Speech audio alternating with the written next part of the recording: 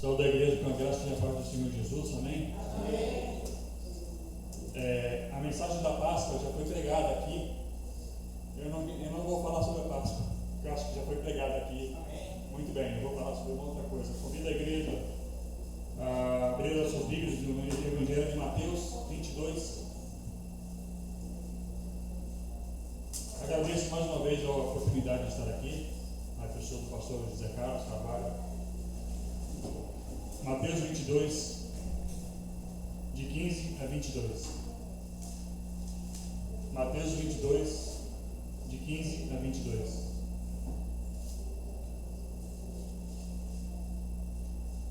Assentados como os irmãos estão, só acompanhem a leitura que eu vou fazer aqui. Então os fariseus se retiraram e consultaram entre si como surpreenderiam Jesus em alguma palavra.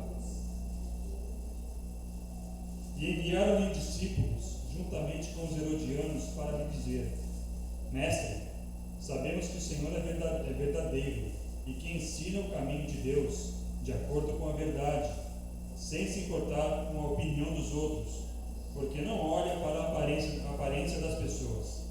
Assim sendo, diga-nos o que o Senhor acha. É lícito pagar imposto a César ou não? Mas Jesus, percebendo a maldade deles, respondeu: Hipócritas, por que vocês estão impondo a prova? Mostrem-me a moeda do imposto. Trouxeram-lhe um denário. E Jesus lhes perguntou: De quem é essa figura e esta inscrição? Eles responderam: De César. Então Jesus lhes disse: Deem, pois, a César o que é de César e a Deus o que é de Deus.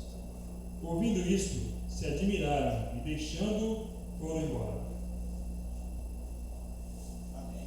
Mais uma vez, os fariseus estão aqui pensando, raciocinando em termos de uma vida controlada pela lei, não uma vida controlada pelos princípios bíblicos.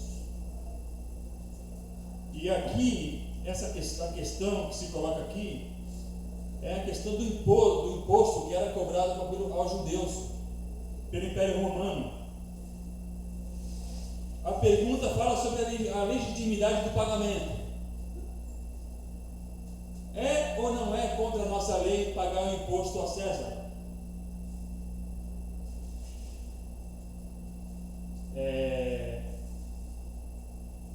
Na verdade, a intenção deles era, como a gente diz por aí, colocar Jesus num campo de parede, uma sinuca de bico, né? Como se diz a expressão, colocar Jesus num campo de parede, pressionar Jesus e tentar deixar Jesus sem saída. Mas o que na verdade, a intenção deles era, a preocupação dos fariseus era jogar Jesus no fogo com essa pergunta, porque eles sabiam que era a obrigação para pagar o imposto para César, para o Império Romano. Mas o que acontece? O que aconteceu aqui?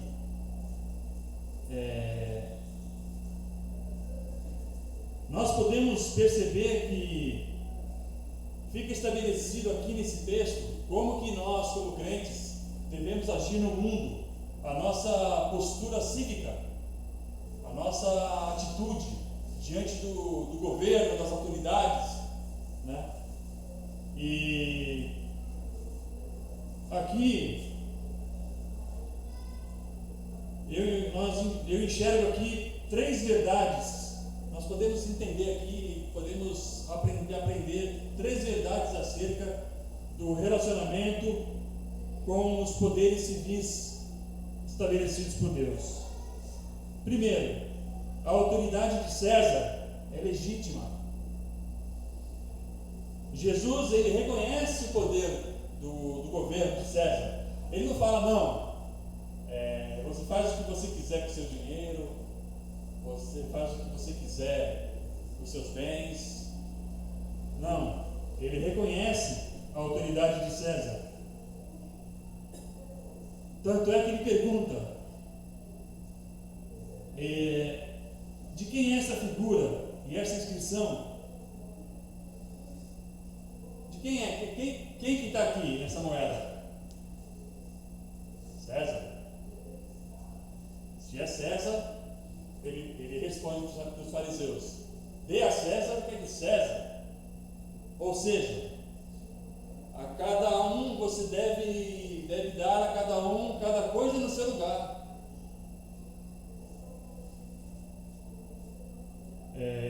No entendimento de Jesus, o imposto não era uma usurpação, não era uma coisa que o governo fazia para tirar dinheiro dos pobres, era uma devolução, era uma obrigação cívica.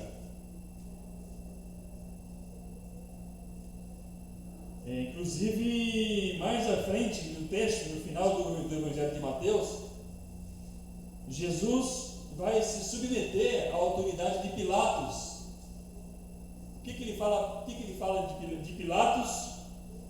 Quando Pilatos pergunta para ele se ele é o rei dos judeus, se ele é o Senhor dos senhores, Jesus responde: você só tem autoridade porque Deus te deu. Porque se você não fosse Deus que tivesse te dado autoridade, você não teria nada para falar de mim, não teria como me prender. Tem uma expressão que o pessoal aí há muito tempo se usa, o pessoal brinca dizendo que política, futebol e religião não se discute. Mas tem um escritor que disse que nada é tão político do que dizer isso, que a política não se discute. Não vou entrar em detalhes aqui maiores sobre questões políticas, mas na verdade nós crentes cristãos devemos sim fazer diferença na sociedade. Nós devemos entrar, nos misturar com os poderes, com o poder constituído. Se você tiver a oportunidade de... Eu passei por uma experiência muito complicada, há muito tempo atrás, quando eu morava em São Bernardo, em São Paulo. Eu tive a oportunidade de falar para um vereador. O meu pai pediu para me dar uma oportunidade de praticar a palavra e explicar a Bíblia. E eu falei para ele, citei esse texto de Mateus, e falei que os cristãos devem sim entrar, se você tiver a oportunidade de... Não é questão de você fazer a cabeça de ninguém, porque cada pessoa tem um pensamento, cada cabeça é uma sentença, né? Tem uma expressão que diz assim. Mas, o que nós devemos fazer? Dar exemplo, porque muitas vezes acontece de você estar num grupo de amigos e a pessoa vira para você e fala: mas você é de tal partido, mas você não é crente? Você exerce a política? Eu exerço a política até dentro de casa, se for necessário. E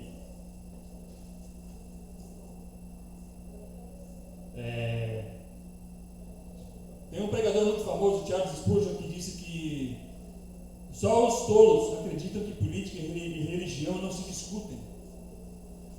Por isso, os ladrões permanecem no poder e os falsos profetas continuam a pregar. Ou seja, o que ele quis dizer aqui? Sim, o cristão deve exercer a famosa política da boa vizinhança, né, com o seu vizinho. É uma forma de política a gente exercer a nossa cidadania. Vão chegar as eleições ano que vem. Eu não vou votar, não vou exercer meu voto porque está tudo muito ruim, não vai resolver nada. Não faça isso. Exerça o seu direito de votar, sim, porque Deus nos dá essa liberdade. Segundo princípio, segunda lição que eu enxergo nesse texto aqui, Jesus dizendo para os fariseus: dai a César o que é de César e a Deus o que é de Deus. diz que a autoridade de César significa que a autoridade de César é limitada. Não existe, não pode haver no universo uma autoridade autônoma em relação a Deus, uma autoridade que é a parte de Deus. Muitas vezes a gente tem essa tendência, essa tentação de dizer, não, da minha vida cuido eu. Ninguém tem nada a ver com isso. Muitas vezes a gente fala isso. Uma outra pessoa pergunta para você, para mim, a minha opinião, ou então a pessoa quer dar uma opinião, aí a pessoa fala, a minha vida cuido eu. Ninguém tem nada a ver com isso.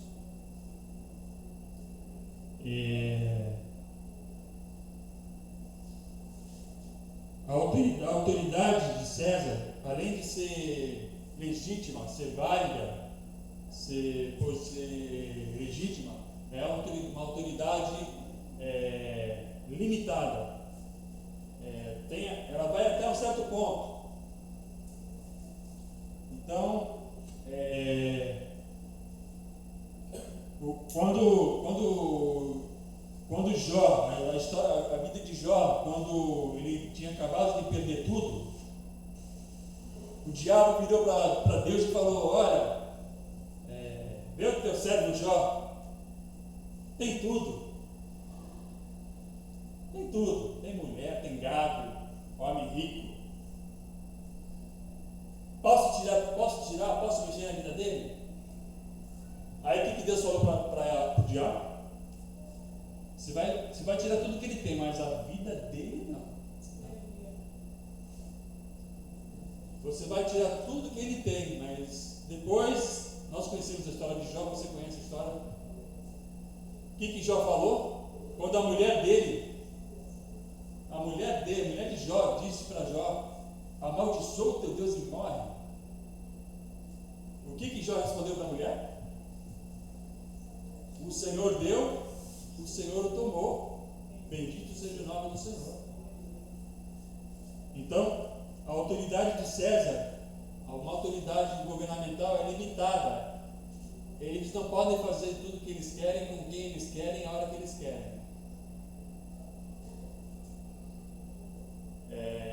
E em terceiro e último lugar, a autoridade de César é secundária. Além da autoridade de César ser legítima e ser limitada, em terceiro lugar, a autoridade de César é secundária. Por que é secundária? Porque nós devemos ser leais a César, ao governo, até o ponto em que isso não nos colocar contra Deus. Quando alguém, na sua repartição pública, no seu serviço, no seu trabalho, dizer para você, ou seu chefe, dizer para você, der uma ordem para você, que vai contra a palavra de Deus, é muito comum se dizer nas repartições, nos escritórios, quando alguém liga para você ou para o seu chefe vira para você e fala que eu não estou. Fala que eu não estou. Fala que eu fugi. Saí fora. Aí, como é que você vai reagir? Se você falar que ele não está, você vai estar mentindo. Se você falar que ele está, ele vai ficar bravo com você. Mas é o que a gente tem que fazer. Obedecer a Deus. E arcar com as consequências. Os exemplos bíblicos são muitos. As parteiras do Egito desobedeceram a Faraó porque temiam a Deus. Daniel e seus amigos, Sadraque, Mesaque e Abednego, o que fizeram quando Nabucodonosor proibiu a adoração a Deus, as orações? Continuaram orando, continuaram perseverando na oração, porque sabiam que Deus estava com eles, isso era uma ordem de Deus. E a gente conhece a história, mesmo na fornalha, o rei olhou para a fornalha e falou: não eram 3 que deviam estar na fornalha? Eu estou vendo 4. Quem é o 4? Glória a Deus, era Deus em forma de anjo ali, protegendo aqueles homens.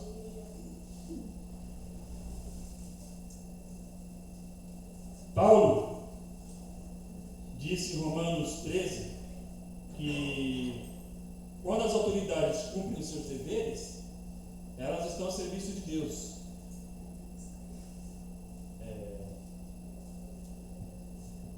Tem uma frase muito interessante que diz o seguinte: a bondade do homem faz a democracia possível. A maldade do homem faz a democracia necessária. A bondade do homem faz a democracia possível. Por que a bondade do homem faz a democracia possível?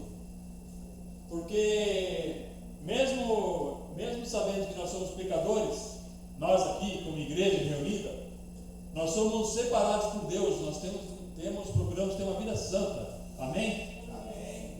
E sendo assim, nós sabemos que o ser humano tem uma essência de bondade dentro de si. A partir do momento em que ele se converte, passa a ter uma nova vida, um novo coração, ele passa a se tornar uma pessoa bondosa. E assim ele pode praticar boas obras. Mas a maldade do homem faz a democracia necessária. Por quê? Necessária. A democracia é necessária porque os irmãos já pararam para pensar se a vida fosse uma anarquia, cada um faz o que quer? Seria complicado, certo? E por isso que o escritor disse que a bondade do homem faz a democracia possível e a maldade do homem faz a democracia necessária.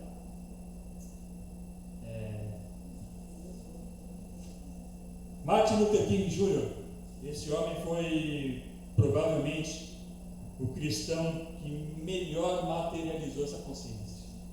Essa consciência de que ele se levantou contra o racismo na América, nos Estados Unidos. E quem conhece a história sabe que ele propôs uma ação não violenta contra a injustiça que surgia lá, acontecia lá.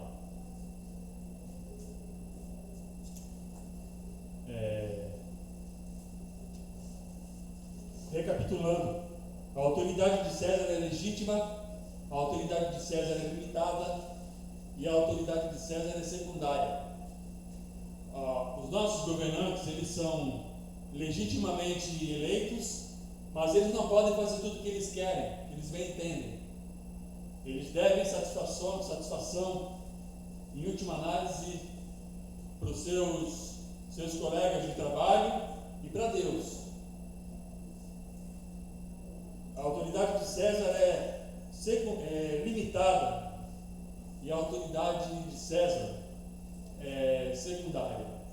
Os fariseus quiseram colocar Jesus no canto de parede, tentar Jesus, colocar Jesus no fogo, para dizer: Jesus, vamos pegar Jesus de jeito.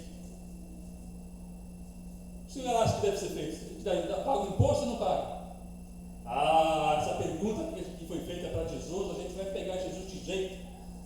Jesus, muito sabiamente, respondeu que dai a César o que é de César e dai a Deus o que é de Deus.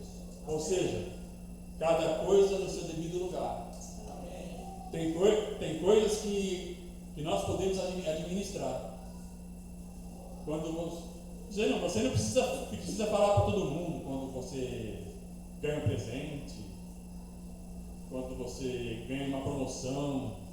Tem certas coisas que é de cunho, especificamente, é particular, é nosso, é seu, é meu. Mas a César o que é de César. Então, quando você dá a César aquilo que é devido a César, Deus te abençoa. Amém. E a minha oração é que nós tenhamos essa sabedoria, esse discernimento, para entender o que é de César e o que pode ser meu, que eu posso pegar para mim. Amém? Que Deus nos abençoe.